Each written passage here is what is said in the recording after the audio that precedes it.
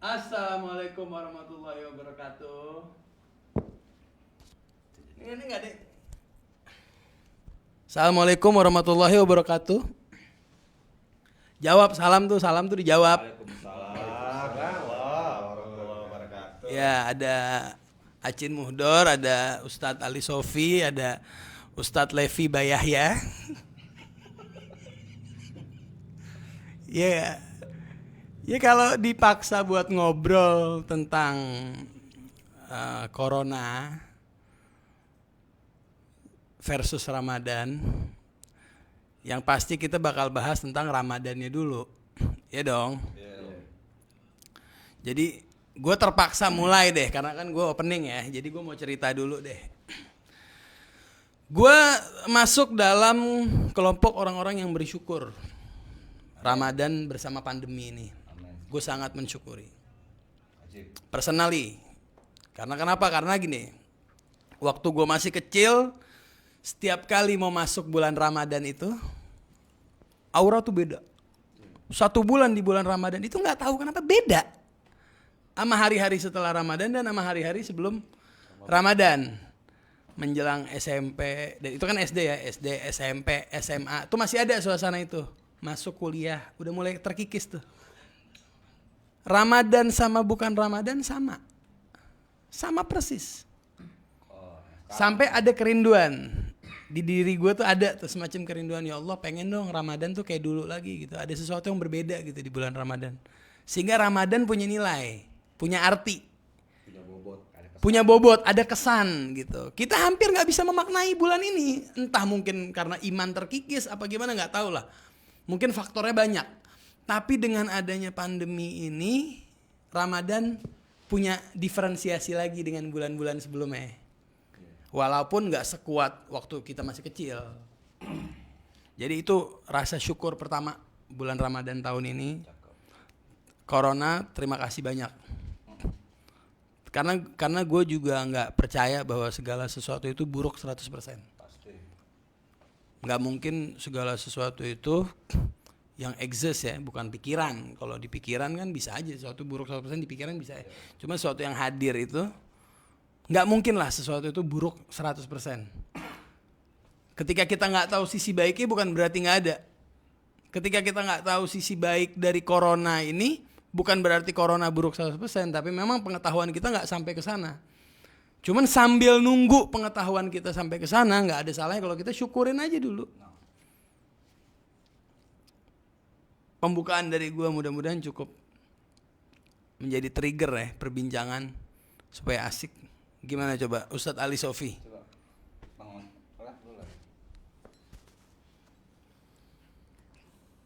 Iya.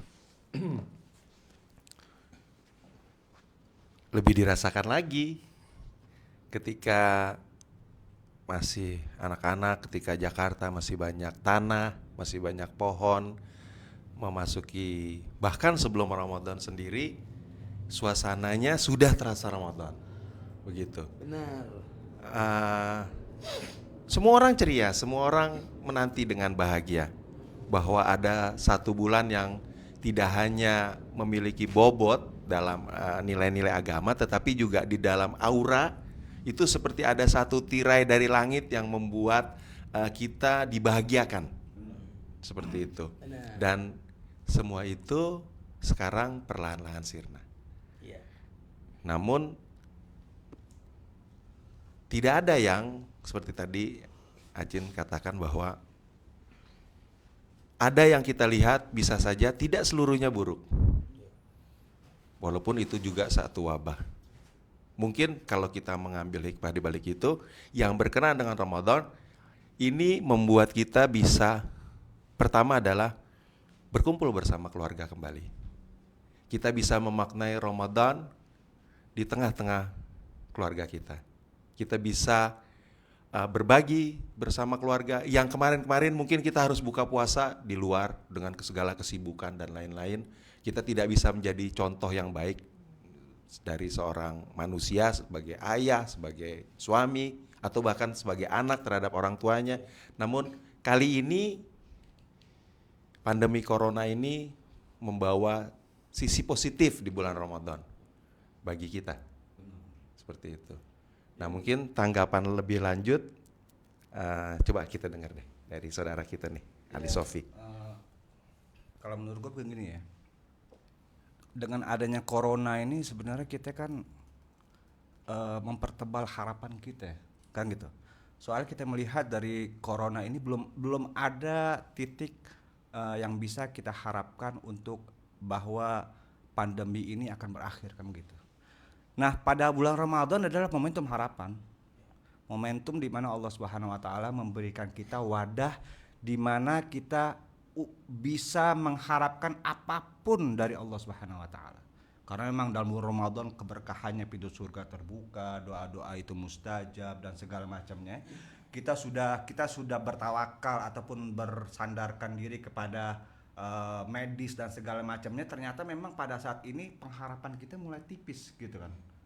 Banyak orang yang stres, banyak orang yang lapar karena sebab corona ini, banyak orang yang depresi karena sebab corona ini, karena mungkin dikarenakan corona perekonomian mereka hancur, dikarenakan corona tetangga mereka meninggal, dikarenakan corona gang mereka ditutup. Itu membuat depresi orang gitu, sehingga apa, orang nggak melihat ada celah untuk mengharap gitu, nggak ada pengharapan gitu, tidak ada sesuatu yang bisa diharapkan dari realitas yang ada, sehingga apa, orang harus kembali kepada Tuhan. Nah, Tuhan, alhamdulillah, masya Allah nih, kita pas ada pandemi yang seperti ini itu terjadi juga pada bulan Ramadan, di mana itu adalah sebuah wadah pengharapan kita. Kita di mana kita sudah hopeless terhadap masyarakat, kita sudah hopeless terhadap hal-hal yang sifatnya medis, kita harus bertumpu, bertawakal, inqita' benar-benar pada Allah Subhanahu wa taala. Semoga Allah Subhanahu wa taala memberikan jalan keluar, tentu dengan usaha-usaha yang ada. Nah, itu maksudnya bahwa sesungguhnya corona ini kita berterima kasih karena kenapa? Mengingatkan kita pada bulan Ramadan ini untuk selalu bertawakal pada Allah Subhanahu wa taala. Bahwa segala sesuatu akhir dan ujung pangkalnya adalah pengharapan daripada Allah Subhanahu wa taala. Itu. Adapun kita ya berusaha untuk tetap supaya pandemi ini segera berakhir dan kita bisa beraktivitas seperti biasa. Tapi tetap dengan apa? Bahwa semua itu berasal daripada Allah Subhanahu wa taala. Dan ini bulan Ramadan ini alhamdulillah sebuah momentum bagi kita untuk apa? Untuk mempertebal kepercayaan, mempertebal pengharapan kita, persandaran diri kita kepada Allah Subhanahu wa taala. Ana rasa sih gitu ya. Jadi itu salah satu hikmah kita. Jadi Ramadan memberikan kita sebuah harapan baru akan sebuah solusi daripada bahwa pandemi ini insya Allah akan berakhir dengan segala kemuliaan daripada bulan Ramadan, di mana kita bisa bertawakal pada Allah Subhanahu wa taala. Gimana Cin menurut Lo, Cin? Benar. Jadi emang kalau kita kembali kepada hakikat dari manusia, yang dimana manusia ini diciptakan untuk patuh. Jadi kita sebenarnya mengawal sikap kepatuhan de jure, walaupun pada faktanya kan belum tentu. Cuman secara keharusan ya kita memang mengawal sebuah sikap kepatuhan yang harus kita pegang terus, itu sikap kepatuhan tadi. Di antaranya orang itu bisa patuh kalau merasa lemah. Benar. Karena orang kalau dia merasa kuat susah untuk patuh kan. Nah, sisi baik dari corona adalah manusia diingatkan kembali bahwa kita kecil. Jadi sebetulnya corona ini adalah pengingat yang baik. Walaupun dia bukan sebaik-baiknya pengingat, karena kan sebaik-baiknya pengingat adalah Rasulullah SAW. Tapi corona adalah sebuah pengingat yang baik, pengingat yang tegas, pengingat yang nyata bahwa kita ini kerdil, kita ini ciut, kita nih akan berakhir kepada kematian gitu loh. Dan gue juga ini tentang fenomena yang banyak mengaitkan kita nih tentang masalah Imam Mahdi adalah ini corona adalah tanda-tanda daripada kemunculan Imam Mahdi dan segala macamnya. Gue sempat periksa tuh di riwayat-riwayat Ahlul Bait, ternyata nggak ada yang bicara secara spesifik ya tentang bahwa wabah dan segala macamnya. Cuma bicara secara umum ada tentang kematian putih, kematian merah adalah tanda-tanda. Tapi secara spesifik nggak ada. Tapi gue melihat fenomena ini sebenarnya adalah apa? Orang berusaha untuk membuka celah pengharapan akan datangnya sebuah pertolongan gitu loh. Gitu loh. Karena memang nggak ada dalil sama sekali gitu loh. Nggak ada dalil sama sekali terutama di Ahlul Bait gitu ya. Nah, hal yang seperti itu fenomena ini gue melihat bahwa apa? Mereka berusaha untuk melihat sebuah jalan keluar mana sih. Mudah-mudahan ini sebuah pertanda akan adanya pengharapan yang lebih besar, itu kedatangan Al-Imam Al-Mahdi ajalallahu farajahu syarif. Padahal riwayat-riwayatnya memang, apalagi kita bicara hadis-hadis futuristik seperti itu ya, itu kan bicaranya kan secara global, nggak pernah secara spesifik, nggak pernah kita tahu apakah itu tandanya atau kedatangan yang Mahdi atau bukan gitu kan.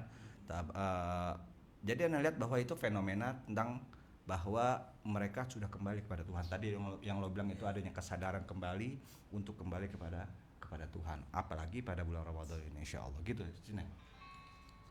Ya pokoknya alhasil gini, kita nggak mungkin, kita manusia butuh sama rasa takut. Kalau kita mau kaitkan dengan Mahdawiyat yang selama ini sering disinggung oleh orang-orang tentang Mahdawiyat itu, kalau kita pereksa narasi-narasinya selalu berkaitan dengan keaktifan alam, adanya bencana, adanya wabah, adanya gelombang laut.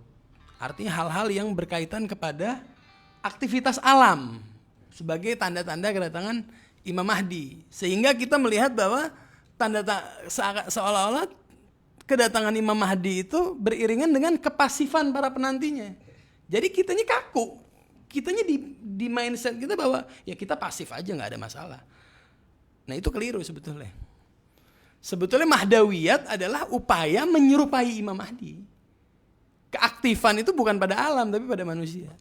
Di saat sekelompok manusia membangun diri, membangun spirit Mahdawiyat di dalam dirinya, dia akan berupaya untuk meniru Imam Mahdi. Sampai pada akhirnya apa? Imam Mahdi menentukan. Kita kan seolah-olah Imam Mahdi ini kayak pasif. Ditakdirkan untuk ya nantilah ada waktunya nanti. Loh enggak begitu. Imam Mahdi memilih. Imam Mahdi akan memilih lingkungannya.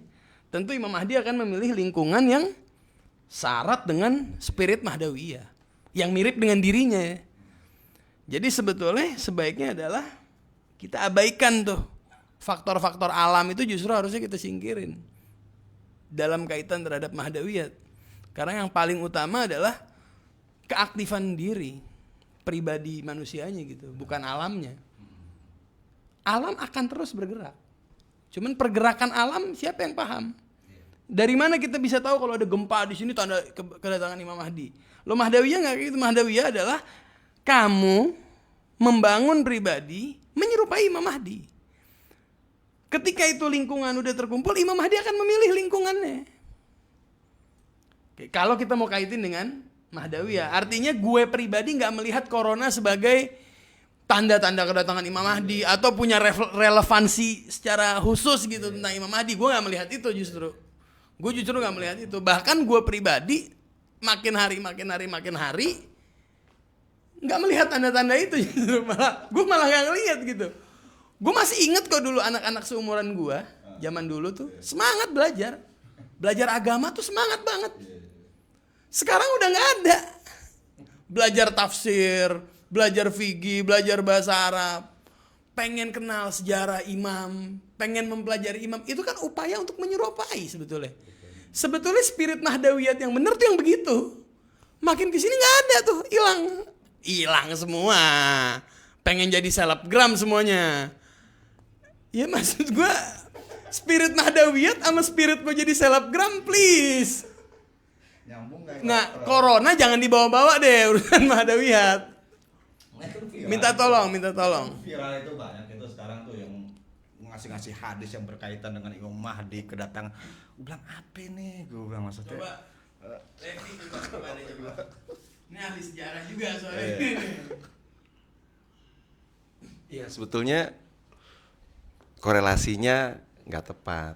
Itu lebih kepada cocok logi. Cocok logi. Iya. Mungkin lebih kepada kita manusianya ketika menyikapi corona, kita kembali kepada nilai-nilai Mahdawiyah. Seperti itu yang lebih sebetulnya, bukan mencocok-cocokkan fenomena alam dengan kehadirannya.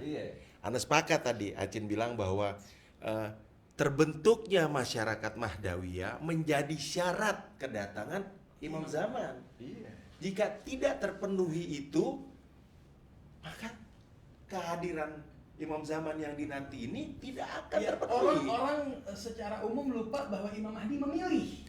Ya. Bukan Imam Mahdi ditakdirkan untuk turun. Artinya seakan-akan karena kita Imam Mahdi datang. Bukan. Imam Mahdi milih. Betul. Gitu. Imam Mahdi Memilih waktunya, masyarakatnya yang telah betul-betul siap. Imam Mahdi super duper aktif.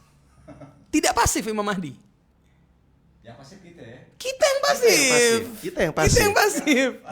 Iya, maksud gue fenomena tentang viralnya, tentang menghubungkan corona dengan Mahdawiyat itu sebenarnya mereka nih, kita nih secara nurani itu sedang berusaha untuk mencari solusi, mencari sesuatu yang bisa kita sandarkan sebagai harapan. Itu aja sebenarnya gue ngeliatnya. Karena memang secara faktual nggak ada yang berhubungan langsung antara Mahdawiyat dengan corona, nggak ada sama sekali gitu loh. Tapi kok kenapa fenomena viral dan dipercaya sama orang lain gitu? Karena mereka tuh punya harapan.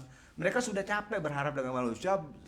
Melihat berita setiap hari, alhamdulillah gue nggak pernah ngeliat berita, makanya gitu. Melihat berita setiap hari seperti itu kok nggak berakhir-akhir ya. Keadaan ekonomi juga gue pertambah buruk ya. Akhirnya mencari celah untuk gimana sih gue bisa melabuhkan harapan gue. Akhirnya ketemu dengan viralnya WhatsApp tentang hadis-hadis Mahdawiyat. Ajib nih, kita percaya deh. Itu sebenarnya gerakan tanpa sadar yang mereka lakukan dalam usaha untuk mencari sebuah harapan itu, di mana mereka harus melabuhkan harapan mereka ketika mereka sudah tidak lagi mendapatkan harapan dari apa yang mereka lihat dan mereka rasakan. Itu sih gue ngeliatnya fenomenanya lebih ke situ. Adapun hubungannya sama sekali tidak ada korelasinya, kan gue bilang tadi nggak ada sama sekali korelasinya. Gue sampai periksa ke hadis-hadis Ahlul Bait nggak ada tuh yang bicara AP atau bicara sih, cuma secara global aja hal-hal yang seperti itu. Gitu maksud gue. Ada yang mau tanggip. Udahlah, masalah Mahdawiyat tidak keluar kali ya. Iya. Udah selesai deh. Ya, artinya begini, mungkin bagi sebagian masyarakat Indonesia yang artinya menyandarkan diri kepada literatur Ahlul Bait, ada keyakinan, ada kerinduan, ada harapan bahwa di tengah lemahnya sosok manusia di hadapan serangan corona yang ganas, yang kita tidak bisa berhitung dia menyerang siapa, apakah menyerang ayah kita, ibu kita, saudara kita, tetangga dan lain-lain. Kemudian berangkat dari keyakinan tentang literatur yang kita pelajari dan kita yakini sejak kecil, membuat kita, alam bawah sadar kita menuntun kita untuk mencari satu sosok penyelamat, satu sosok yang memang kita rindukan. Dan itu ada pada literatur kita Ahlul Bait secara khusus. Namun bagi masyarakat Indonesia yang umumnya Islam ini semua, mungkin itu bukan menjadi satu sandaran untuk penyelamatan.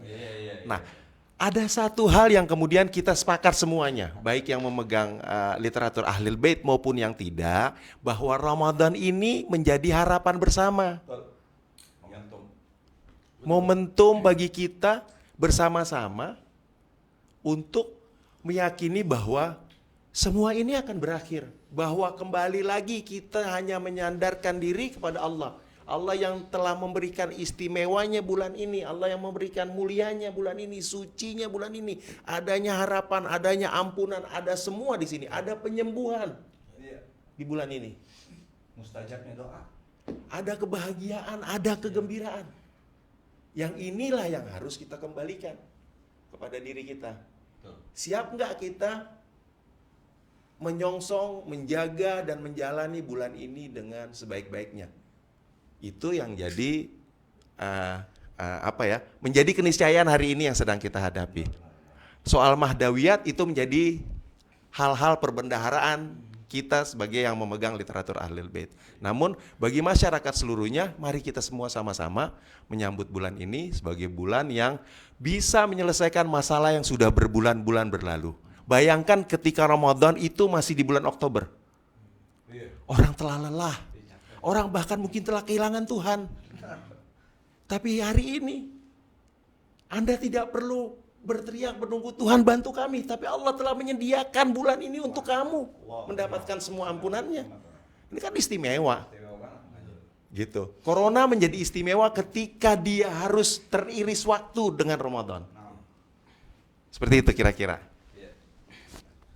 Jadi memang prinsip ibadah itu adalah memperbaharui jarak dengan kebenaran. Karena kan gini, konsep ibadah yang umum orang pahami adalah mendekatkan diri kepada kebenaran, kepada sebuah keabsolutan, zat tunggal, roh absolut, Allah. Sementara dalam perspektif khusus ketika kita melihat seseorang itu ibadah untuk mendekatkan diri kepada Allah, dan setelah ibadah dia merasa dekat, dapat dipastikan yang dia sembah bukan Allah. Setuju nggak? Nakal loh ya. Bener nggak? Orang beribadah, dengerin dulu. Orang beribadah. Setelah beribadah, dia merasa dekat dengan Allah.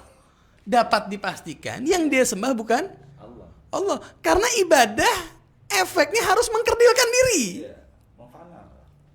Iya dong. Artinya ibadah pada dasar adalah memperbaharui jarak. Makanya kalau kita bulan puasa, menarik. Di dalam bulan puasa kita mengalami semua aspek yang kalau kita kumpulin ada di dalam album duka, tau gak lo? Album capek. Lapar di situ, aus di situ, emosi di situ. Kita harus lawan semua. Makanya bulan Ramadan adalah bulan paling spesial buat ibadah. Karena kita nggak punya sedikit pun alasan untuk merasa sempurna. Kita lapar, kita capek, kita sumpah, kita kecil. Kefanaan manusia ada di situ. Corona menjadikan kita merasakan Lebih lagi, corona nambahin lagi. Lu lebih lemah lagi. Artinya corona ini datang di bulan Ramadan ini harusnya itu tadi, memperbaharui jarak kita dengan kebenaran supaya kita merasa kecil sehingga ibadah tuh punya poin. Karena orang nggak mungkin ketika orang merasa sempurna, dia nggak mungkin bisa mendekatkan diri pada kesempurnaan. Tidak mungkin. Orang udah merasa sempurna. Ngapain? Bayangin dalam puasa ya. Di dalam puasa itu komplit. Semua alasan untuk kita merasa kerdil ada. Plus corona. Ajib nggak? Top nggak? Tahun ini? Top. Luar biasa. Kita punya semua alasan untuk rendah hati. Untuk ya kita maki-maki diri deh. Iya nggak? Sehingga wala haula wala quwata nggak klise lagi. Iya. Maka kata-kata Benar. maka nanti Idul Fitri kembali ke fitri tuh benar-benar kita kembali ke fitri, ke fitrah kita sebagai manusia yang lemah. Gitu. Harusnya seperti itu, dengan adanya corona ini juga seperti itu gitu harusnya. Berarti tujuannya adalah apa ya? Menolkan diri di hadapannya. Iya. Nah kita sudah merasa nih kan dengan adanya serangan corona ini bertubi-tubi, kita sudah merasa perlu Pada dasarnya ini cara kita memaknai kehadiran corona pada dasarnya. Tanpa harus kita bandingkan kepada tahun-tahun sebelumnya. Karena setiap orang punya ketakutan yang berbeda. Menurut gue, orang kaya takut dengan bencana alam. Orang miskin takut dengan bencana struktural. Jadi gue yakin hari ini jutaan orang bersyukur atas adanya wabah ini. Gue punya keyakinan itu. Tanpa harus gue cek satu-satu. Gue yakin. Karena itu tadi, selalu ada bencana bagi setiap manusia. Dan setiap bencana menjadikan manusia merasa kerdil. Dan merasa kerdil adalah syarat mutlak orang mau ngedeketin diri sama kesempurnaan. Tanpa merasa kerdil orang gak bisa dekat sama kesempurnaan.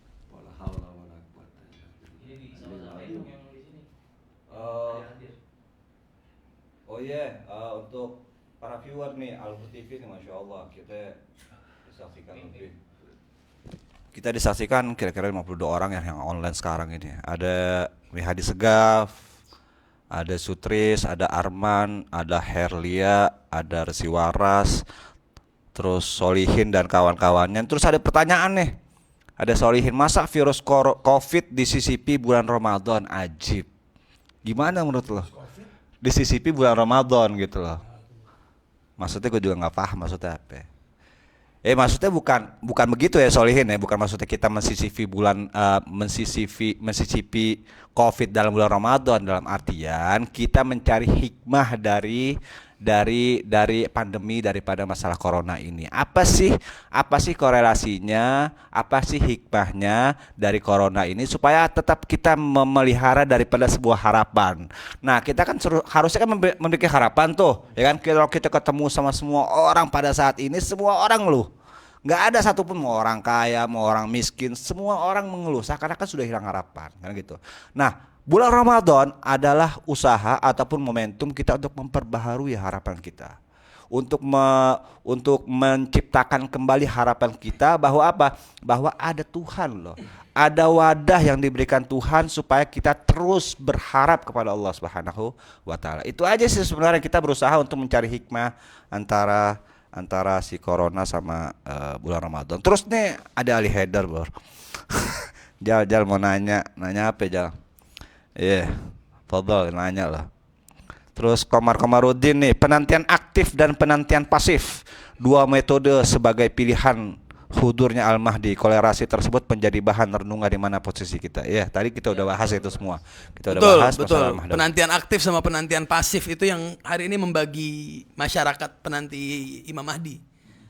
Masyarakat penanti Imam Mahdi terbagi menjadi dua, benar, dalam penantian pasif, yang satu dalam penantian aktif. Para penanti pasif cenderung menjadikan alam sebagai subjek yang aktif. Corona, gempa bumi, dan lain sebagainya.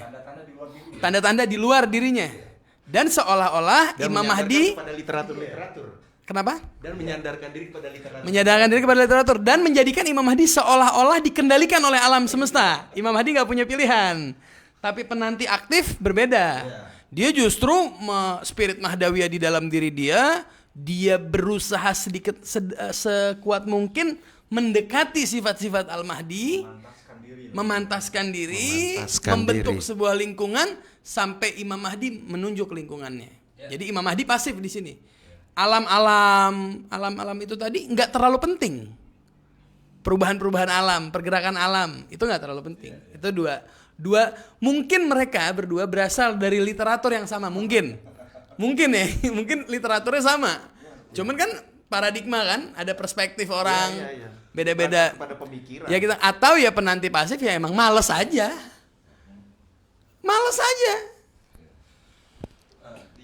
Kita mau ini nih, update corona gimana sih sekarang nih datanya? Coba kita ada di link, udah di handphone itu. Ada pertanyaan buat Levi di YouTube. Mana tuh? apa itu? Di YouTube Alhur. Iya. Oh, di YouTube, coba lo lihat di YouTube.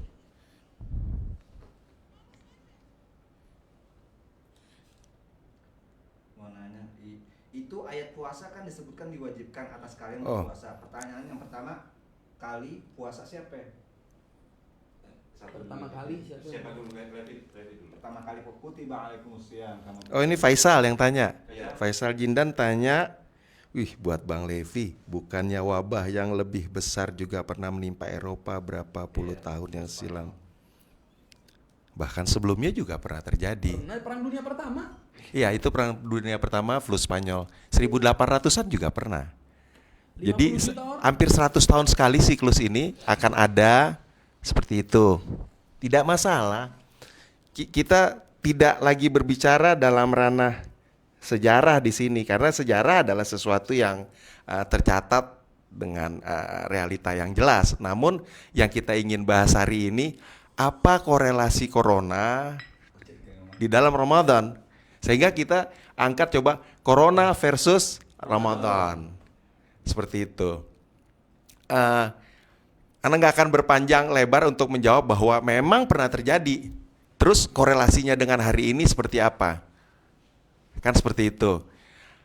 Saat itu peperangan juga melanda Eropa. Tahun 1800-an pun Eropa juga dalam kecamuk berbagai macam pandemi yang tidak skala besar, lebih kepada bukan pandemi ini dunia. Biasanya kalau lingkup yang lebih kecil endemik, seperti itu. yang memang flu Spanyol sebetulnya pandemik. Namun teknologi, berita dan lain-lain tidak serius pada saat itu mengcovernya, sehingga Indonesia nggak merasakan. Padahal Indonesia saat itu juga turut merasakan, bukan tidak, karena memang iya ini sangat mendunia pada masa itu. Namun kan apa sih yang kita mau bahas hari ini? Jadi kita nggak out of context nih. Yang kita mau bahas sekarang adalah Ami Faisal Jindan yang sedang berbahagia.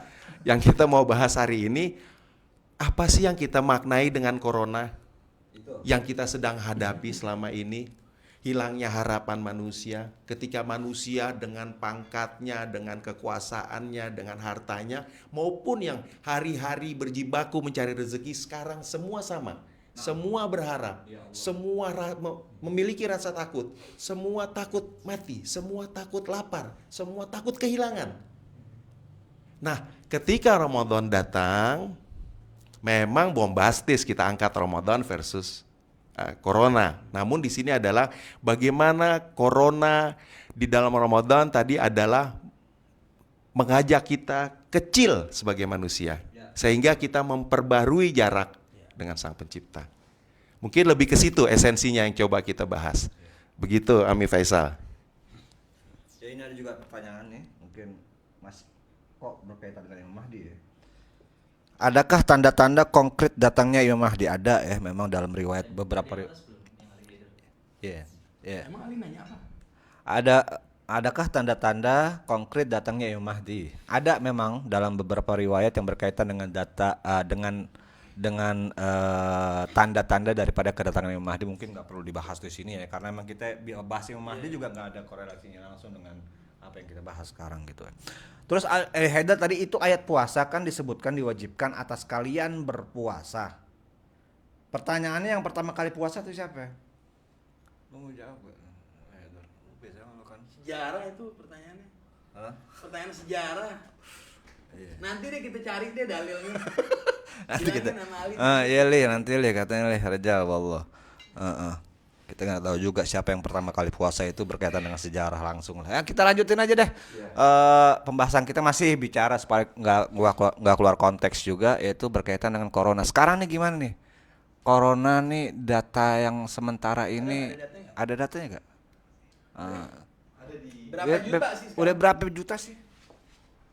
Udah berapa juta? Seingat Kalau gue, menurut standar WHO, sesuatu disebut pandemik itu 12,5% dari populasi dunia. 12,5%. Maka itu syarat pandemik. Hari ini tidak lewat dari 2%. Bukan, Anda tidak bicara statistik, tetapi berbicara bahwa pandemik ini memenuhi syarat adalah ketika dunia 12% ya. 12,5% 12,5% terkena. Terdampak ya. Maka itu disebut pandemik. Namun sekarang dunia tercatat baru sekitar 2%.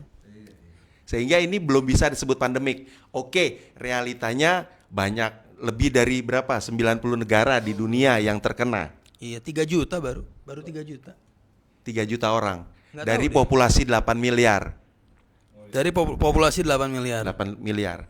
Berarti ini bukan sesuatu, bukan kita menganggap sepele. Dunia. 3 juta 25.000. Ya. Nggak ada apa-apa sama perang dunia pertama. Ya. Nggak ada apa-apa sama perang dunia pertama. Iya. Gitu. Namun efeknya yang kita rasakan yaitu rasa takut yang luar biasa. Karena tidak terbatas informasi yang kita dapatkan. Iya. Gampangnya kita mendapatkan informasi tentang itu. Seakan-akan Bahkan mungkin sebagian informasi adalah hoax. Iya, bisa jadi. Ini membangun mass panic. Ini rasa takut yang Ada ilusi ketakutan. Ya. Nah, kita tidak ingin menyebarkan ketakutan dalam forum ini. Dalam bulan suci Ramadan kita ingin berbagi harapan. Kita akan menjadi agent kabar baik. Betul. Amin, insyaallah.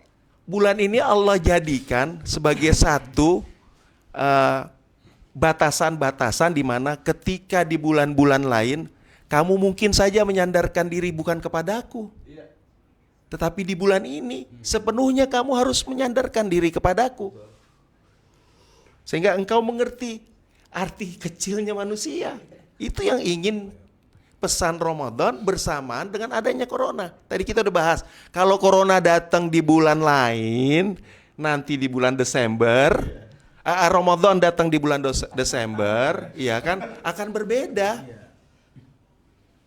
Namun memang Allah menginginkan kita kembali, memperbarui jarak, ya kan, memperbarui niat, menyadarkan arti kecilnya dan tiada dayanya manusia di hadapan Tuhannya. Ini bulan, kalau banyak ulama-ulama ketika anak kecil di kampung-kampung, ini bulan diskon. Ini bulan ketika Allah menyebarkan kasih sayangnya, ampunannya begitu luar biasa. Gak ada cara lain kecuali sambut. Gak ada cara lain. Sebelum corona saja engkau ingin menyadarkan diri kepada Tuhan ketika engkau tak berdaya. Apalagi di bulan Ramadan. Betul-betul kita pada titik kalau sujud yang terendah. Karena udah gak ada apa-apa lagi yang bisa kita sandarkan kecuali kepada ampunan Tuhan di bulan ini. Seperti itu. Ditambah berita baik yang kayak Ustadz Ali Sofi bakal bacain tentang riwayat tentang bagaimana Allah menciptakan manusia dengan segala macam instrumen penangkal segala macam itu. Ini ya kebetulan kemarin kita lagi bahas, lagi baca-baca lah bukunya Ayatullah Said Abdul Hussein Dastagib berjudul Ma'arif Minal Quran. Ada sebuah kisah yang disebutkan oleh Al-Imam Ali bin Abi Thalib alaihissalam, di mana beliau dikisahkan dalam riwayat ini disebutkan bahwa suatu ketika Salman Al-Farisi datang kepada Al-Imam Ali bin Abi Thalib alaihissalam dan beliau mengeluhkan zukam, mengeluhkan pilek, influenza pada saat itu. Sambil katanya faja ila amirul mukminin wa huwa yalufu raqabatahu wa ra'sahu. Dia ngelipet ngikat palanya sama betisnya, saking sakitnya dia merasakan itu. Kemudian Imam Ali bin Abi Thalib mengatakan bahwa likulli insan ya Salman likulli insanin sittata uruq. Bahwa wahai Salman, ketahuilah bahwa di dalam manusia itu ada 6 saraf. Disebutkan oleh Imam Ali. Yang pertama adalah irqul junun, saraf gila.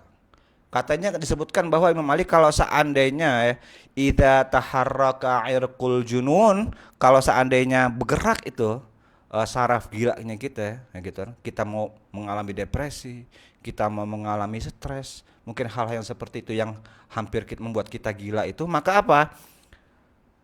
Maka di sini ibtalahu bizzukam. Maka Allah Subhanahu wa taala memberikan apa? Memberikan pilek gitu. Supaya apa? Supaya tenang kembali, normal kembali syaraf daripada kegilaan kita. Subhanallah. Ini bahwa apa? Bahwa kita tidak bisa melihat sesuatu yang penderitaan itu sebagai sebuah musibah kalau seandainya kita melihatnya secara parsial gitu loh. Tapi apa? Kita harus melihatnya seluruh mata rantai yang tidak terputus. Bahwa apa? Iya loh, kalau melihatnya sebagai influenza saja, pilek aja, iya penderitaan loh. Kan gitu. Tapi ternyata ini adalah sebuah solusi yang diberikan oleh Allah Subhanahu wa taala untuk apa? Untuk menangkal daripada sebuah penderitaan yang lebih besar. Itu apa? Gila. Kan begitu. Nah, yang di sini disebutkan lagi bahwa manusia, enggak sebutkan semua ya, nah. Bahwa di situ juga Imam Ali mengatakan bahwa ada juga manusia yang memiliki irquta'un. Syaraf penyakit yang mematikan at-ta'un itu. Terus Imam Ali bin Abi Thalib mengatakan apa? Bahwa idza dhaharal isti'dadu 'inda syakhsin lil isabati bit-ta'un, kalau seandainya sudah ada tanda-tanda nih dari manusia ini, dia bahwa dia itu akan terkena sebuah penyakit yang mematikan, maka Allah apa yang diberikan oleh Allah Subhanahu wa taala? Fa innas su'ala yadfa'uhu. Batuk itu akan mencegah seseorang untuk terkena daripada penyakit yang mematikan. Nah, ini juga kan sudah lagi itu siapa yang cerita bahwa tanda-tanda salah satu tanda corona adalah apa? Di batuk ya kan? Batuk apa segala macam. Itu sebenarnya kalau kita melihat berujuk daripada perkataan Al-Imam Ali bin Abi Thalib ini bahwa apa? Itu imunitas kita sedang berusaha untuk mengkanter masuknya corona di dalam diri diri kita. Kalau seandainya kita corona kita golongkan sebagai at-ta'un, penyakit yang mematikan, kan begitu.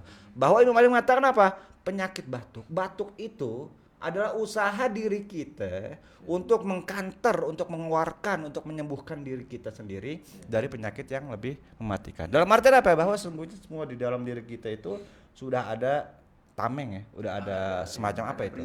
Ada perisainya di mana kita dapat menyembuhkan secara auto segala penyakit-penyakit yang datang dari luar daripada diri kita. Nah, itu salah satu yang disebutkan oleh Al-Imam Ali bin Abi Thalib alaihi salatu wassalam. Nah, mungkin hikmah yang kedua daripada apa yang dikatakan oleh Al-Imam Ali bin Abi Thalib adalah apa? Bahwa nggak bisa lah kita melihat segala sesuatu itu baik, sebuah penyakit ataupun sesuatu itu baik atau buruk kalau kita melihatnya secara parsial saja, gitu loh. Justru kita melihat ini adalah sebuah bukti kasih sayangnya Allah Subhanahu wa taala kepada kita. Pilek yang diberikan oleh Allah Subhanahu wa taala, batuk yang diberikan oleh Allah Subhanahu wa taala itu sebenarnya penangkal daripada sesuatu musibah yang lebih besar. Kalau kita melihatnya secara menyeluruh gitu. Bahkan demam pun adalah bagian daripada upaya autoimun melawan virus yang ada. Iya, Gimana? Demam di tubuh itu sebetulnya adalah upaya autoimun di tubuh kita melawan virus yang sedang menyerang. Jadi flu, terus Anda mengalami batuk-batuk, sampai kepada demam yang tinggi, itu sebetulnya bagian daripada perlawanan tubuh dalam menghadapi serangan intruder, serangan sesuatu yang datang dari luar. Maka manusia itu Allah sudah bangun di tubuh manusia ini berlapis-lapis. Hari ini apa yang dibikin Bill Gates dengan komputer dengan segala kecanggihan sistemnya itu tidak ada apa-apanya dibandingkan superkomputer yang Allah bangun pada diri manusia. Sehingga tidak ada sebetulnya satupun virus yang mampu masuk dan menembus manusia, tidak ada. Semua bakal masuk satu lapis dicegah, masuk satu lapis dicegah dan dikalahkan. Yang menderita, yang menyebabkan kematian daripada virus corona ini adalah serangan terhentinya paru-paru untuk bernafas, sehingga manusia mengalami kematian. Itu sesuatu yang memang sunatullah ketika paru-paru berhenti. Tapi penyebab paru-paru berhenti adalah bukan oleh serangan virus, tetapi oleh penjagaan daripada autoimun kita yang mencegah virus memakan paru-paru. Sehingga kemudian autoimun yang terlambat menyadari ganasnya serangan ini mengeluarkan cairan enzim untuk mengcover paru-paru agar tidak dimakan oleh virus. Namun jumlahnya tak terkontrol. Kenapa? Kekalutan autoimun disebabkan rasa takut berlebihan dari manusia. Sehingga bekerjanya kemudian menjadi acak, bekerjanya menjadi error. Sehingga dia tidak bisa menakar dosis yang keluar untuk menutup paru-paru. Sehingga dia membanjiri paru-paru dengan cairan. Ketika paru-paru terbanjir oleh cairan enzim ini, virusnya mati, namun paru-parunya berhenti bekerja karena tenggelam. Itu. Namun yakinlah bahwa seluruh sistem di tubuh ini Allah telah jaga segala sesuatunya. Ini hal yang luar biasa. Tinggal manusia tidak menyadari betapa kecilnya dirinya ketika setiap sel di tubuhnya, gen yang paling kecil itu sebetulnya Allah yang jaga. Nah, kita inginkan bahwa di momentum Ramadan mengangkat pembicaraan yang ramai tentang pandemi COVID-19, baru kita memahami betapa dalam diam kita, dalam lemah kita, dalam takut kita, bahkan dalam ketidakpedulian kita kepada Allah, Allah tetap dengan kasih sayangnya menjaga kita. Seperti itu kira-kira. Ini pesan yang harus disampaikan. Jangan pernah menyerah, jangan pernah putus asa, jangan pernah meninggalkan Tuhanmu. Bahwa Allah menjaga kita dengan sebaik-baiknya penjagaan. Ketika engkau takut, engkau telah meninggalkan Tuhanmu. Ketika engkau cemas, ketika engkau risau, engkau telah meninggalkan Tuhanmu. Tetaplah berpikir positif, penuh harapan bahwa sebaik-baiknya penolong adalah Allah Rabbul Alamin. Kira-kira gitu. Ya, tanpa harus kita juga bukan dalam rangka membuat orang nggak antisipasi tentunya. Diskusi kita kali ini bukan mau bikin orang jadi polos, jadi nggak jaga-jaga, bukan itu. Tapi membuka harapan bahwa upaya kita nggak akan sia-sia. Upaya kita dengan kita menjaga diri kita sesuai dengan peraturan yang udah berlaku, sesuai dengan anjuran internasional juga, kita tetap harus melakukan itu. Jaga jarak dan lain sebagainya itu tetap harus dilakukan sebagai bentuk kepatuhan kita. Orang yang ngasih tahu kita kan tentu orang yang lebih tahu. Sebetulnya itu aja bentuk kepatuhan kita, bentuk akseptabilitas kita bahwa kita lemah. Jadi kita tetap harus menjaga gitu loh. Kayak gitu. Harus juga menerima. Maklumat dari internasional, dari pemerintah dan dari Betul, dan ada baiknya juga kita doain saudara-saudara kita, teman-teman kita, orang-orang yang bahkan kita nggak kenal yang kena maupun yang meninggal karena penyakit COVID-19. Orang kita gini kan, kalau misalkan kita baca teks-teks dulu tuh tentang penyakit, ada riwayat barang siapa yang menderita sebuah penyakit selama beberapa hari dan tidak mengeluh dan berakhir pada kematian, maka syahadah. Yang dia dapat adalah syahadah. Artinya Allah ganti rugi. Nggak ada yang benar-benar, nggak ada yang rugi sebetulnya. Allah bakal ganti rugi. Yang sehat, bahkan mungkin itu istilahnya ganti untung.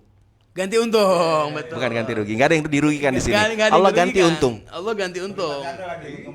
Berlipat ganda. Jadi kalau orang sabar ngadepin penyakit dan tidak ngeluh dan berakhir pada kematian, Allah akan kasih dia kesyahidan. Kalau orang bahkan jadi masalah besar untuk orang-orang sehat. Sebetulnya yang jadi masalah besar adalah orang-orang sehat. Karena kenapa? Karena dia terancam sakit. Pertama dia terancam sakit, yang kedua ketika dia tidak mampu melakukan apa-apa untuk yang sakit, dia akan dimintai pertanggungjawaban lebih. Jadi sebetulnya paradigma kita dengan kehadiran corona, paradigma kita tentang untung rugi, tentang susah senang, itu dirombak. Sebetulnya kita dirombak habis. Kalau kita mau memaknai ini semua. Mungkin pembicaraan kita itu diringkas dari sebuah ayat Al-Qur'an di mana Allah Subhanahu wa taala dalam surat Al-Baqarah ya, ayat 155 dan 156 itu berfirman, a'udzubillahi minasyaitonirrajim, bismillahirrahmanirrahim. Walinabluwannakum bisyai'in minal khaufi wal ju'i wa naqsim minal amwali wal anfusi wath thamarat. Dan sesungguhnya Allah Subhanahu wa taala memberikan cobaan kepada manusia berupa apa? Pertama, ada ketakutan, al-khauf, ya kan? Kedua, al-ju', kelaparan, ya. Wa naqsim minal amwal, kekurangan dari sisi materi, finansialnya kurang. Wal anfusi wath thamarat, ya, dari makanan apa segala macam. Kita ini mengalami semua. Lalu apa yang Allah Subhanahu wa taala katakan pada saat itu? Wa basyirus sabirin. Dan berikanlah kabar gembira kepada orang-orang yang bersabar terhadap semua musibah-musibah itu, dan mengatakan alladzina idza asabathum musibah qalu inna lillahi wa inna ilaihi rajiun. Sesungguhnya kita adalah miliknya Allah dan kepada Allah lah Subhanahu wa taala kita akan kembali. Pada saat ini momentum. Pada saat Ramadan ini momentum kita untuk bersikap seperti apa yang Allah Subhanahu wa taala perintahkan ketika kita mengalami sebuah cobaan daripada Allah. Kita harus bersabar dan kita harus innalillahi wa inna ilaihi rajiun, kembali kepada Allah Subhanahu wa taala. Itu mungkin tadi dari ringkasan apa yang kita bicarakan ya. Terus kita kembali lagi nih ke Facebook, pertanyaan dari siapa nih? Ini si Beni, Bang Beni ini cuma sependapat saja ya, mengatakan bahwa saya sependapat bahwa hakikat kita beribadah adalah bukan untuk bertujuan mendekatkan diri dengan Tuhan, tapi bagaimana kita mengkerdilkan diri kita di hadapan Tuhan. Benar.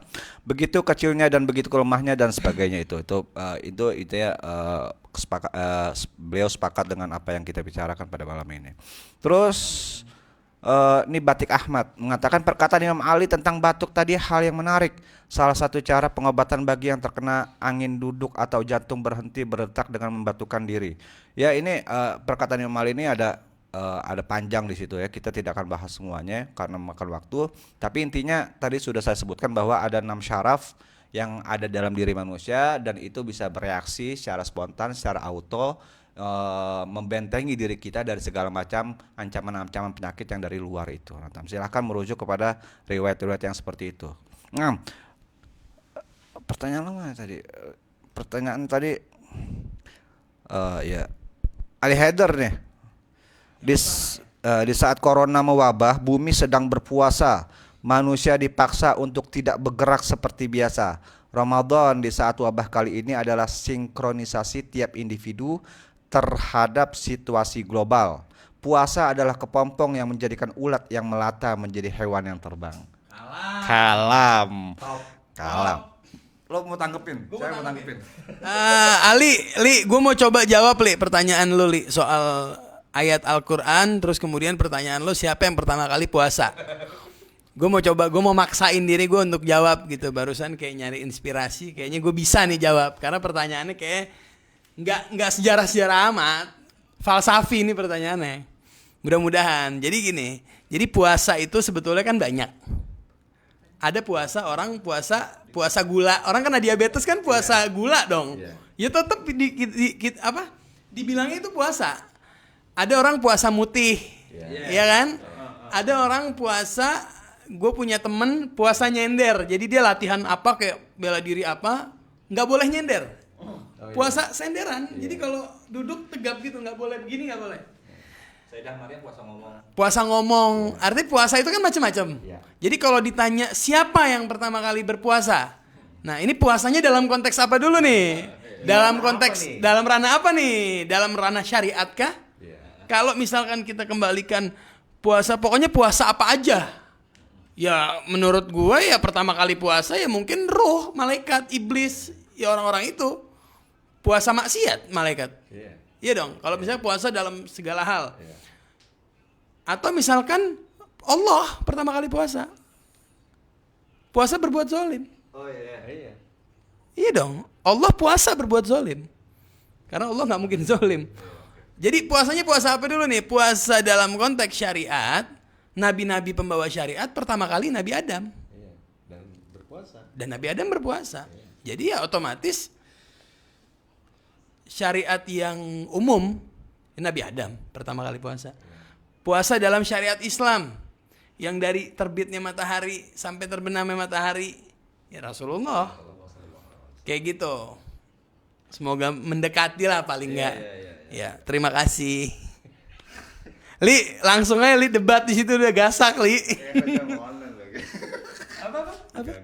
Nih ada pertanyaan juga dari Ahmad Rizky Siaan nih. Kiki nih.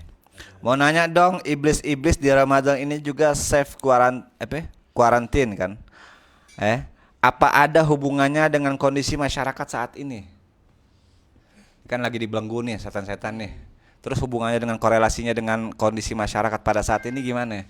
Maksudnya masih tetap ada kemaksiatan gitu apa segala macam gitu kan? Kok maksiat masih jalan dan segala macamnya? Ya, boleh jadi itu setan-setannya dirawat juga, lagi dirawat. Corona juga. Corona. Sebetulnya itu lebih kepada pemaknaan saja bahwa, Anda jawab ya. Artinya gini, waktu kecil kita dengar di bulan puasa itu semua setan dibelenggu. Nggak dibelenggu, auto belenggu. Kenapa? Ketika manusia itu menjadikan dirinya hamba di hadapan Tuhannya, kan begitu? Mengecilkan dirinya di hadapan Tuhannya, maka seluruh ego telah hilang. Maka setan jobless. Kalau setan jobless, dia paling tidur-tiduran. Apalagi setan sekarang mungkin Kiki bisa tahu, terdata kena corona juga. Mereka juga keluyuran, ngayap, mungkin kena corona. Kira-kira seperti itu. Mungkin itu jawaban yang bisa mewakili, tapi mau ditambahkan silahkan. Enggak, gue mau respon dulu omongan Ali. Ini omongan Ali provokatif sebenarnya. Allah puasa kena pasal 156A kata Ali. Tadi kan gue udah jelasin, puasa itu artinya adalah tidak melakukan sesuatu atau mencegah sesuatu masuk ke dalam diri kita. Itu puasa. Gitu loh. Jadi ketika kita tidak melakukan sesuatu itu ya kita bisa mengatakan bahwa gue lagi puasa nih, gue lagi puasa main game, karena gue nggak mau main game, karena gue nggak main game gitu, gue puasa main game gitu loh. Jadi gitu, jadi bukan puasa dalam arti keterbatasan. Puasanya itu bukan puasa dalam arti kekurangan gitu loh. Ini untuk mengklarifikasi supaya tidak panjang urusannya ya. Tolong ya Ali Haidar. Iya, gue mau tanggepin pertanyaan Kiki itu ya berkaitan, karena memang hal itu disebutkan dalam sebuah hadis ya. Hadis-hadis baik dari kalangan Ahlul Bait maupun Ahlus Sunnah juga meriwayatkan tentang bahwa pada bulan puasa itu setan-setan itu dibelenggu, pintu surga dibuka, pintu neraka ditutup dan segala macamnya. Hal-hal yang seperti itu diriwayatkan dalam riwayat-riwayat Ahlus Sunnah maupun dalam riwayat Ahlul Bait alaihi wassalatu wassalam. Nah, para ulama memahami konteks bahwa setan dibelenggu itu, memahami secara hakiki bahwa benar-benar setan itu pada bulan puasa dibelenggu, juga memahaminya secara majazi. Bahwa metafor itu bahwa bukan benar-benar setan itu dibelenggu. Nah, dua-dua itu punya solusi terhadap pertanyaan yang berkaitan kenapa kok pada saat ini masih bicara orang masih bermaksiat, masih melakukan hal-hal yang sifatnya syaitoni gitu ya, satanik gitu ya. Karena kenapa? Pertama, kalau seandainya kita memahami secara hakiki bahwa benar-benar setan dibelenggu, tapi disebutkan bahwa oleh para ulama bahwa apa-apa yang kita lakukan, dosa-dosa yang kita lakukan itu sebelum bulan puasa itu membekas dalam diri kita, masih memiliki pengaruh terhadap diri kita. Meninggalkan jejak sebagai kertas putih dikasih noda hitam, mau lo hapus gimana tetap masih ada bekas-bekasnya itu. Nah, bekas-bekas inilah yang mengarahkan kita untuk tetap melakukan kemaksiatan kepada Allah Subhanahu wa taala. Kalau seandainya kita memaknainya secara hakiki. Tapi ada juga yang memaknai secara majazi. Karena kenapa ya? Karena pada saat ini ya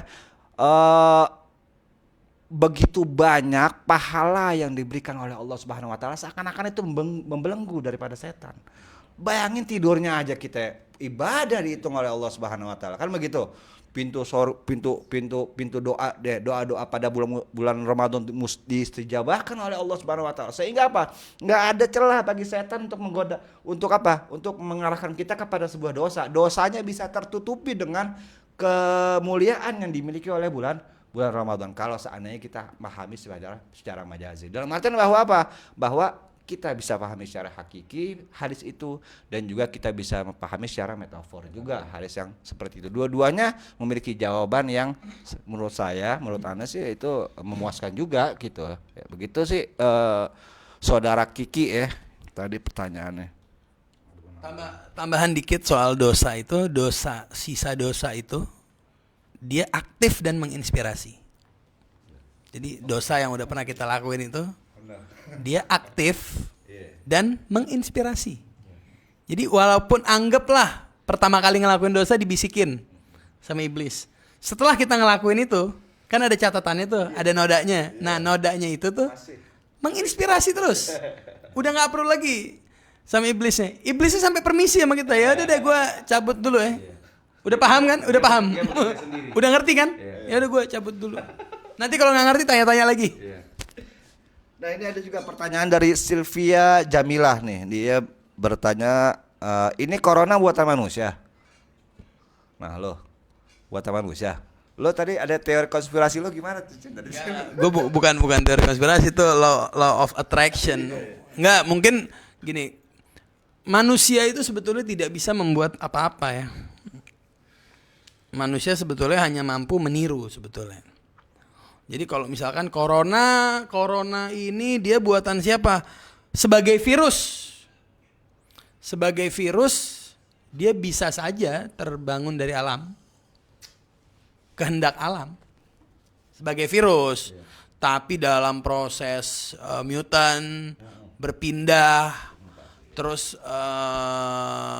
varian, itu bisa aja ada campur tangan manusia. Jadi kehadiran corona terpenuhi dulu syarat-syaratnya. Manusia menciptakan syarat-syarat itu terpenuhi sampai virus ini hadir. Tapi sebagai zat nggak mungkin manusia menciptakan virus, karena manusia bukan pencipta kan. Manusia pencipta, cuman kalau udah ada template-nya manusia baru bisa menciptakan. Kalau barunya nggak bisa. Gitu. Setuju. Kalau udah dijawab ya. Ya khair, nih Ali Haidar masih lanjut dong. Ya khair, kalau Allah nggak berpuasa konsumsinya Allah. Udah deh ini. Lo baca. Ya kalau Allah gak berpuasa, konsumsinya Allah apa ya Ustaz? Gue bingung sama ini orang. Lu mulai dulu. Li, gini Li. Allah itu puasa. Gue udah ngejelasin belum sih, puasa itu artinya menahan kita melakukan sesuatu, nggak harus berhubungan sama makan. Masa lu nanya Allah konsumsinya apa? Lu lah yang kena 156A. Bukan gue. Jadi nggak perlu gue jawab nih pertanyaan sebetulnya. Allah tidak melakukan kezaliman. Dalam apabila puasa dihukumi sebagai sebuah sikap, sebagai sebuah perilaku, tidak melakukan sesuatu atau menahan sesuatu masuk ke dalam diri kita, maka kita bisa mengatakan bahwa Allah puasa berbuat zalim. Karena Allah tidak pernah berbuat zalim. Allah puasa berbuat zalim. Terus Allah konsumsinya apa kalau misalkan Allah nggak berpuasa? Loh, puasa yang kita bahas bukan puasa makan minum kok. Puasa melakukan sesuatu. Ya, udah. Syukran. Lu mau nambah lah. Pegel. Apa lagi ya? Oh iya, tadi kita sempat sedikit bincang. Oh di YouTube ada yang nyala. Coba apa itu yang di YouTube? Apa pertanyaannya? Yang di YouTube coba baca lah.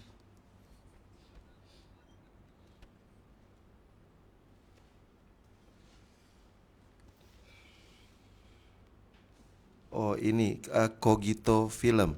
Oke. Mau tanya virus ini azab atau ujian? Kalau ujian sebetulnya oleh Nadiem Makarim udah ditiadakan.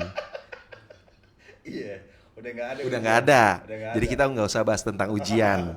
Ya, yang kita bahas apakah ini azab atau tidak. Ya tadi syarat-syaratnya sudah diberitahu bahwa ayat pun sudah menjelaskan ketika engkau bersabar dengan segala bentuk ujian, dengan rasa takut, dengan kekurangan, dengan kelaparan, sementara engkau bersabar dan innalillah wa inna ilaihi rajiun, maka itu bukan azab. Itu menjadi jalan bagi diri-diri kita yang lemah ini menyadari kefanaan kita, tunduk dan memohon ampunannya, serta bersyukur atas kesadaran yang terbangun. Sehingga ini adalah jalan untuk mengangkat diri kita dalam status spiritual, artinya Mengangkat derajat di hadapan Allah. Bukan di hadapan selain Allah. Iya, seperti itu. Jadi bisa Anda katakan bahwa ini bukan azab. Gitu ya. Seperti itu ya. Gue masih mau nanggepin tuh masalah itu. Kalau kita bicara tentang berkaitan dengan musibah yang menimpa manusia itu, sebenarnya memang ada beberapa ayat yang mengatakan bahwa musibah itu terkadang adalah buatan daripada manusia atas kesalahan-kesalahan dan dosa-dosa yang mereka lakukan. Ada juga yang merupakan bagian daripada ujian yang diberikan oleh Allah Subhanahu wa taala supaya kita dapat bersabar dan kembali kepada Allah Subhanahu wa taala. Misalnya dalam surat Muhammad ayat 31 Allah Subhanahu wa taala berfirman, "A'udzubillahi minasyaitonirrajim. Bismillahirrahmanirrahim. Walinabluwannakum hatta na'lamal mujahidina minkum wassabirin." Kami memberikan ujian kepada kalian itu supaya kita tahu siapakah orang-orang yang mujahidin, orang-orang yang terus bersemangat tidak mematikan daripada api harapan mereka, dan orang-orang yang tetap bersabar di jalannya Allah Subhanahu wa taala. Jelas kalau musibah-musibah yang seperti ini jelas adalah sebuah ujian kita untuk naik peringkat di hadapannya Allah Subhanahu wa taala. Tapi itu juga ada ayat dalam Asy-Syura, misalnya Allah Subhanahu wa taala dalam surat Asy-Syura ayat 30 berfirman juga, a'udzubillahi minasyaitonirrajim, bismillahirrahmanirrahim, wa ma asabakum mim musibatin fabima kasabat aydikum. bahwa ada musibah-musibah juga yang diberikan yang terjadi di manusia itu dikarenakan apa? Bima kasabat aydikum. Karena kenapa? Karena apa-apa yang dilakukan oleh tangan-tangan kalian. Kan begitu. Jadi musibah itu memang terbagi menjadi dua macam. Ada yang merupakan azab.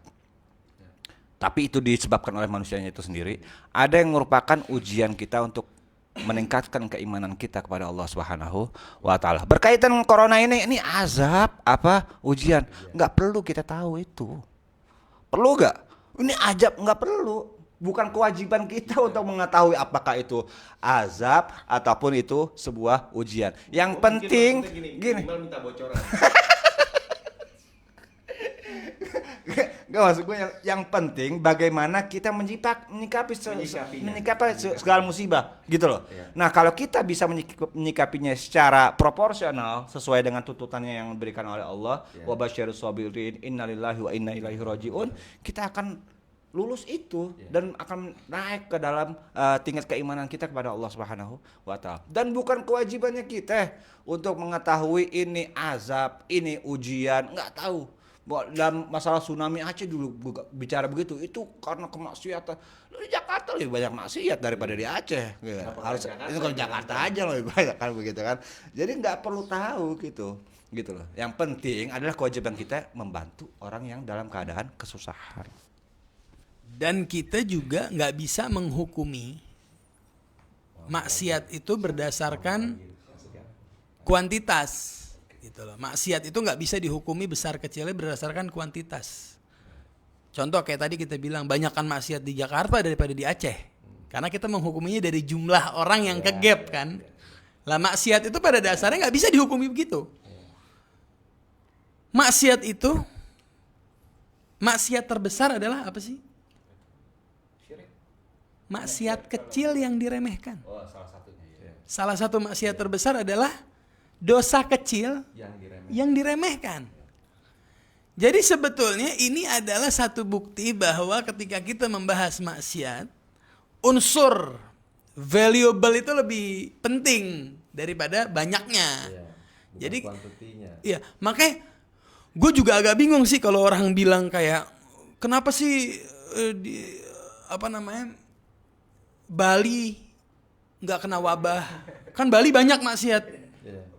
Ya berarti kan tolak ukurnya kuantitas dong, dari apa yang tampak dong, dari apa yang bisa dihitung dong, dari jumlah itu.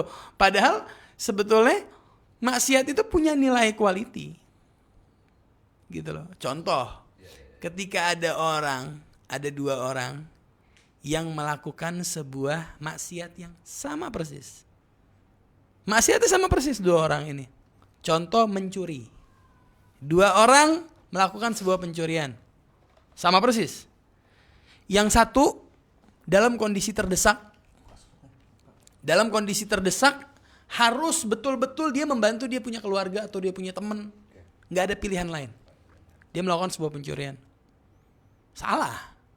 Yang satu mencuri hal yang sama dengan jumlah uang yang sama yang dicuri, tapi dengan seperangkat pengetahuan tentang buruknya mencuri. Ini orang alim yang satu nih. Dia paham dampak buruk dari mencuri. Bagaimana pandangan agama terhadap para pencuri dengan ilmu yang dia punya. Itu yang membedakan. Artinya kita nggak bisa bilang ini mereka maksiat sama. Maksiat mereka berdua beda secara quality. Beda lah maksiat. Beda berbobot. Dan gua kira kita bukan orang yang punya kapasitas untuk menghukumi Aceh sama Jakarta maksiatnya lebih gede mana, Bali sama Lombok lebih gede mana maksiatnya. Gue kira kita nggak punya kapasitas untuk itu, dan kalaupun kita punya kapasitas untuk itu, rugi kita ngabisin waktu di situ. Menilai kota ini, kira-kira kota ini sama kota ini maksiatnya kemana? Coba kita hitung jumlah perempuan yang udah nggak perawan, masa kita hitungnya kayak gitu? Apa coba alat ukurnya? Satu kota maksiat sama ini lebih banyak mana? Karena di kota ini banyak orang yang pakai kerudung, banyak pelajar agama, banyak ustadz, misalkan banyak santri, lalu pasti kadar maksiatnya lebih kecil daripada yang nggak ada pesantren, misalkan kotanya nggak ada pesantren. Gimana ngitungnya coba? Sehitam putih itu kan maksiat sampai kita bisa ukur dari pakaian. Biasa hitam putih film Hollywood. Biasa hitam putih film Hollywood. Biar hitam putih sama Hollywood. Kayak gitu. Nah nih ada pertanyaan lagi nih, lu elit global nih bawaannya. Ada Masyarikul Anwar, siapa ini Masyarikul Anwar? Mau tanya ini, katanya virus ini 10 tahun lalu pernah dibicarakan oleh elit global. Waduh, ini yang siapa yang suka teori-teori konspirasi, elit global, flat earth apa? Lu Cin juga enggak? Urusan global. Berbicara konspirasi teori, namanya saja teori persekongkolan. Itu bisa saja menjadi satu hal yang nyata, tetapi bisa juga itu bagian daripada perang psikologi. Ketika ada yang menyampaikan bahwa ini pernah dibicarakan oleh beberapa elit global beberapa puluh tahun yang lalu, salah satu yang pernah saya tonton dalam waktu belum berapa lama yang lalu itu dalam satu pidatonya Barack Obama. Barack Obama mengatakan sekitar tahun 2012, dia mengatakan akan datang masa tidak lebih dari 10 tahun. Akan terjadi satu musibah besar melanda dunia. Dan itu dia gambarkan kondisinya persis seperti apa yang sedang terjadi hari ini. Dan dia hanya meminta setiap manusia untuk mempersiapkan diri dalam menghadapi itu semua. Nah, itu salah satu yang dibicarakan oleh, kalau Barack Obama dianggap sebagai seorang elit global, dia telah berbicara tahun 2012 seperti itu. Namun kalau di balik itu di ruang remang-remang ada pembicaraan bahwa ini adalah sebuah persekongkolan jahat untuk hal seperti ini, sepertinya apa yang penanya sampaikan sama yang kita juga pernah baca dan pelajari, mungkin kurang lebih datanya sama, bahwa ini adalah permainan kelompok-kelompok tertentu, kelompok destruktif, kelompok yang disebut globalis, apakah dia Illuminati kah, Freemason, seperti itu semua menjadi pemahaman bersama. Nggak ada sesuatu yang baru, nggak ada sesuatu yang baru. Apa yang disampaikan, apa yang ditanya, sama seperti apa yang kita juga dapatkan. Dan apabila forum kita kali ini juga membahas teori konspirasi, yang nggak ada bedanya antara kajian kita kali ini dengan kajian-kajian Freemasonry. Iya, benar nggak? Ya kita berusaha lah untuk menghindari, bukan kita menutup celah konspirasi itu nggak ada, bukan itu. Adanya intervensi elit global ya mungkin. Mungkin temanya Freemason versus Ramadan atau Barack Obama versus Ustadz Abdul Somad, kurang lebih kayak gitulah tema-temanya. Kita nggak lagi mau kayak gitu. Jadi tadi gue lihat gue anggap ini penanya terakhir, cuman ternyata ada lagi di bawahnya. Contoh maksiat kualitas apa, dan terkait mengenai pencurian yang dicontohkan tadi, bukankah itu bicara baik buruk, benar dan salah? Iya, mencuri itu buruk, mencuri itu salah, mencuri itu dosa. Oke, dalam perspektif etika buruk, dalam perspektif syariat haram. Balasannya adalah dosa, berupa catatannya adalah dosa. Kalau misalkan kemarin maksiat kualitas apa? Oke, kita tegesin kayak gini. Maksiat kualitas kayak gini. Maksiat jangan kita ukur dari segi kuantitasnya. Kalau kita mengukur, tapi dari segi kualitasnya. Karena juga sejarah udah memberikan banyak pelajaran, banyak hikmah dalam sejarah. Kayak contoh sejarah yang terkenal. Satu riwayat yang terkenal tentang seorang pelacur yang dia seumur hidup jual diri. Oke, dan kemudian dia melihat satu binatang di perjalanan, kan cerita kayak gitu tuh. Dibantu sama dia kasih minum. Pada akhirnya, lalu Allah mengampuni dia. Allah memberikan ampunan kepada dia dan memberikan jalan taubat. Dia meninggal dalam kondisi yang udah husnul khotimah. Kalau kita pakai kacamata kuantitas, maksiat ini gede banget. Seumur hidup dia jual diri kok. Seumur hidup perempuan ini jual diri, dia pelacur. Dia berzina, dia menghabisi hidupnya dengan berzina. Tapi ternyata di mata Allah beda sama kita. Ternyata di mata Allah maksiat ini orang hanya besar secara kuantitas, tapi tidak dalam kualitas. Makanya Allah memberikan sarana untuk taubatnya min haitsu la yahtasib, dari cara-cara yang kita nggak paham.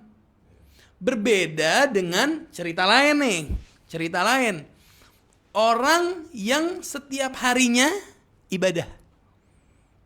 Setiap harinya ibadah. Ada satu cerita di zaman Rasulullah, cuma ini bukan tentang maksiat, ini tentang kualitas dan kuantitas. Ada satu orang ibadah mulu kerjaannya. Sekali waktu Rasulullah ngelihat dia keluar dari satu goa gitu, terus Rasulullah nanya, ini siapa orang? Nggak tahu, ini orang kerjaannya ibadah. Terus dia makan gimana?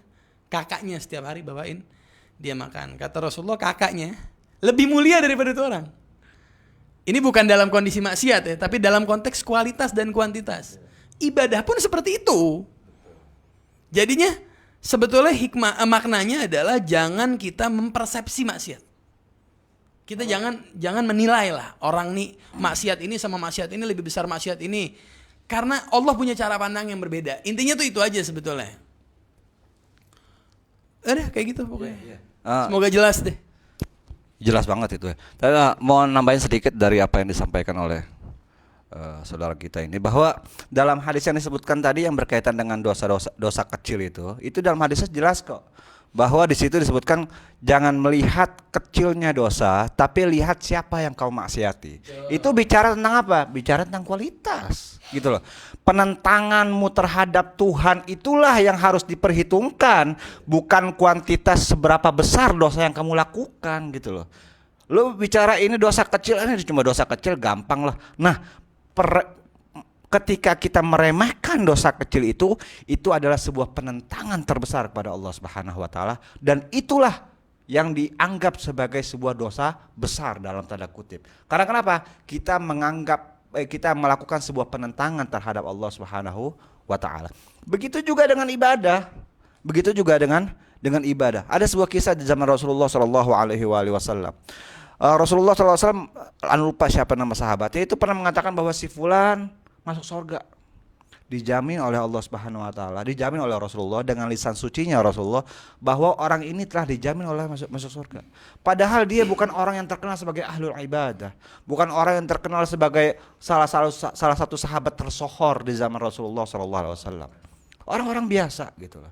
Kemudian beberapa sahabat penasaran dengan sabdanya Rasulullah SAW. Ini orang nggak tahu bahwa Rasulullah pernah mengatakan itu. Kemudian dia datang ke rumahnya orang yang disebut oleh Rasulullah itu, nginep beberapa hari di bednya, nginep beberapa hari di rumahnya. Dia melihat bahwa aktivitas yang dilakukan oleh sahabat ini biasa aja, sholat tahajud ya biasa. Enggak ada sebuah amal ibadah secara kuantitas yang dilakukan oleh sahabat ini yang melebihi daripada sahabat-sahabat yang lain. Nggak ada. Artinya dalam kacamata manusia biasa aja lah. Biasa aja. Kacamata gitu. manusia. Nah, itu maksudnya apa ya? Kenapa kok orang ini dianggap sebagai orang yang dijamin oleh Rasulullah SAW sebagai orang yang masuk surga? Kemudian sahabat ini penasaran sama si orang ini.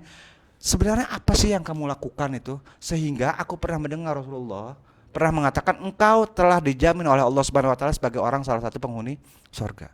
Orang ini juga heran, enggak ada sesuatu yang lakukan yang luar biasa. Saya ibadah seperti apa yang kalian lakukan mungkin dari sisi apa yang tidak dapat dilihat oleh kasat mata kita, bahwa ibadah dia itu adalah ibadah yang berkualitas di hadapan Allah Subhanahu wa taala. Semua apa yang dikerjakan oleh beliau, walaupun itu bukan ibadah yang sifatnya ritual, ya kan, sholat, ngaji, puasa itu bukan ritual, ya, bekerja itu diniatkan untuk Allah Subhanahu wa taala. Niat kualitas daripada apa yang dilakukannya itulah yang dilihat oleh Allah Subhanahu wa taala, sehingga apa? Seluruh hidupnya itu dianggap oleh Allah Subhanahu wa taala sebagai sebuah ibadah. Gitu loh.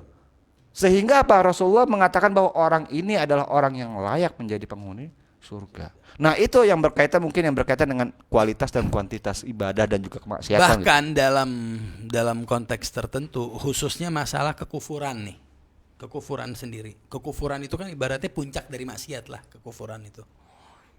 Kata Imam Ja'far Shadiq itu, ada satu riwayat Imam Ja'far Shadiq mengatakan bahwa kadangkala kekufuran itu masuk ke dalam diri kita, bobotnya seperti kebakan lebah.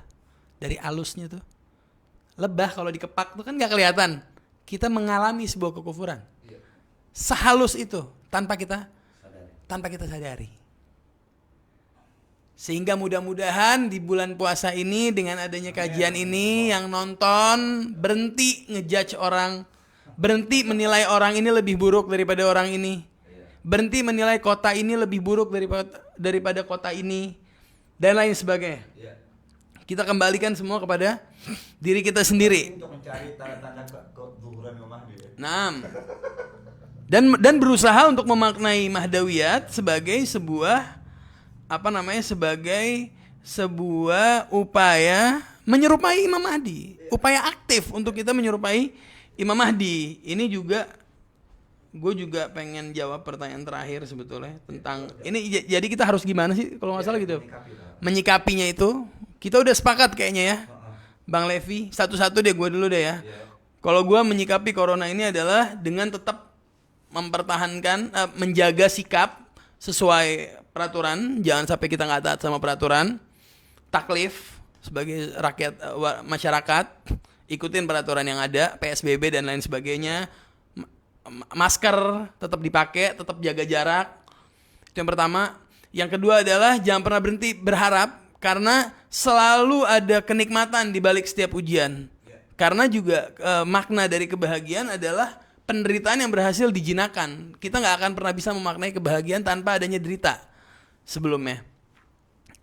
Yang ketiga adalah semoga dengan adanya pandemi yang berbarengan dengan bulan Ramadan ini menjadikan kita jauh lebih baik, mengalami akselerasi dalam kepribadian, kesadaran, entah sebagai manusia, entah sebagai hamba, yang suami kepada istrinya, yang bapak kepada anaknya, yang adik kepada kakaknya, dan lain sebagainya. Gitu aja.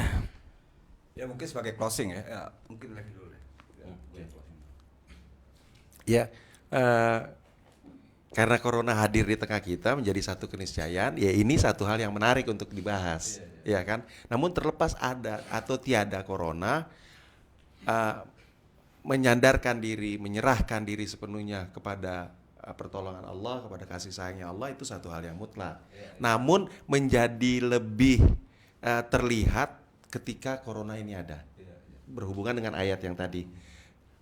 Jika di hari-hari di luar corona, ketika berkombinasi dengan Ramadan, mungkin segala hal yang baik itu seperti bergetar halus, tersamar, tidak terlihat, gitu. Pesan-pesan ilahiyah kepada kita menjadi tidak, kita bisa peka menerimanya. Namun dengan keberadaan Ramadan, dengan keberadaan corona yang sedang kita alami dan jalani, ini corona menjadi satu ujian yang jika kita syukuri itu mengangkat dan menaikkan kedudukan kita di hadapan Allah Subhanahu wa taala. Sementara Ramadan adalah satu bulan yang di dalamnya penuh dengan kasih sayangnya, penuh dengan ampunannya, yang jika kita tidak menjemputnya mungkin kita nggak akan hidup di tahun mendatang. Manfaatkan ini sebaik-baiknya. Seperti itu.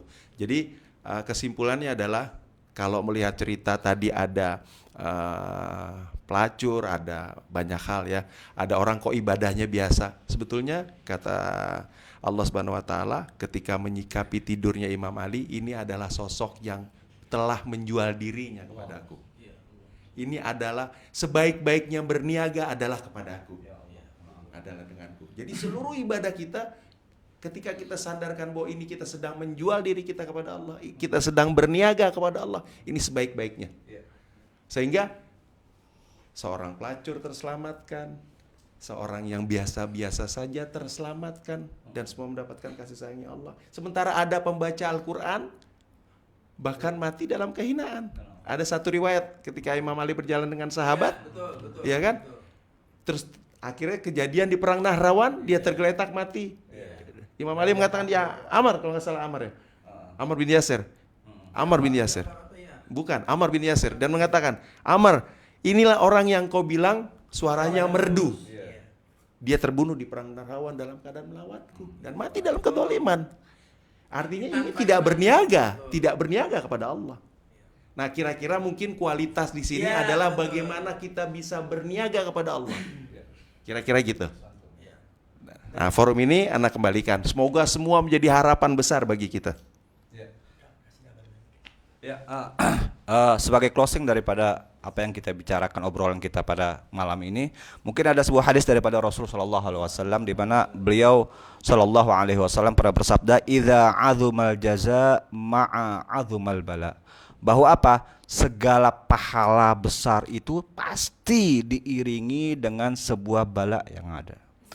Kalau seandainya kita ingin mendapatkan sesuatu yang lebih besar, pasti kita harus membutuhkan sebuah jerih payah yang lebih besar. Iya kan? Semakin besar daripada pahala yang kita inginkan, semakin besar pula cobaan yang kita dapatkan. Nah, ini seharusnya pada bulan puasa ini dengan adanya sebuah ujian yaitu berupa corona, dengan adanya kelaparan dan kehausan yang kita rasakan pada bulan puasa, kita merasakan bahwa bulan puasa pada saat ini kita mendapatkan sebuah ujian yang besar oleh Allah, dari Allah Subhanahu wa taala. Nah, ini juga mau insya Allah menjadi sebuah apa? Sebuah apa namanya? Sebuah kabar baik bagi kita bahwa kita akan berhasil melalui semua ujian-ujian yang diberikan oleh Allah Subhanahu wa taala. Makanya di sini Rasulullah mengatakan wa innallaha idza ahabba qauman ibtalahum. Kalau seandainya Allah Subhanahu wa taala mencintai sebuah kaum, mencintai sebuah umat, maka Allah Subhanahu wa taala akan memberikan mereka ujian. Bisa jadi yang kita melihat ini sebuah penderitaan itu merupakan manifestasi daripada kecintaannya Allah Subhanahu wa taala. Kayak orang tua nggak ngasih makan permen sama anaknya, bagi anaknya itu penderitaan. Bagi orang tua itu merupakan sebuah kebaikan, itu rahmat untuk lo supaya lo nggak sakit gigi. Begitu. Bisa jadi kita nih dianggap sebagai anak kecil oleh Allah Subhanahu wa taala.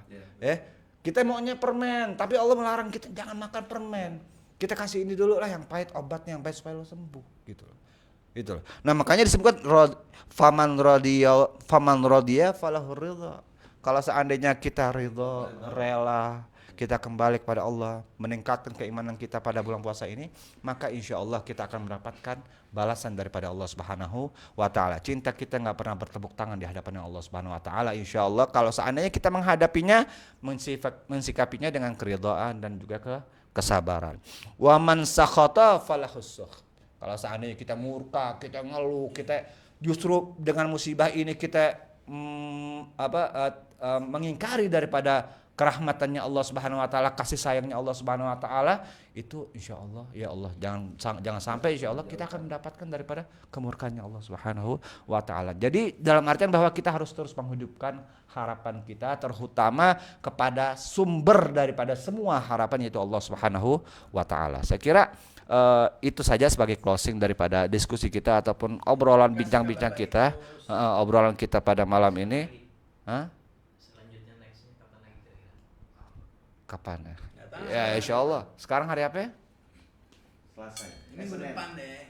Senin ya, insya Allah nanti kita rindukan lagi kapan kita akan adakan diskusi selanjutnya dan juga temanya insya Allah kita akan bicarakan pada waktunya insya Allah. Jadi ada mau tambahan?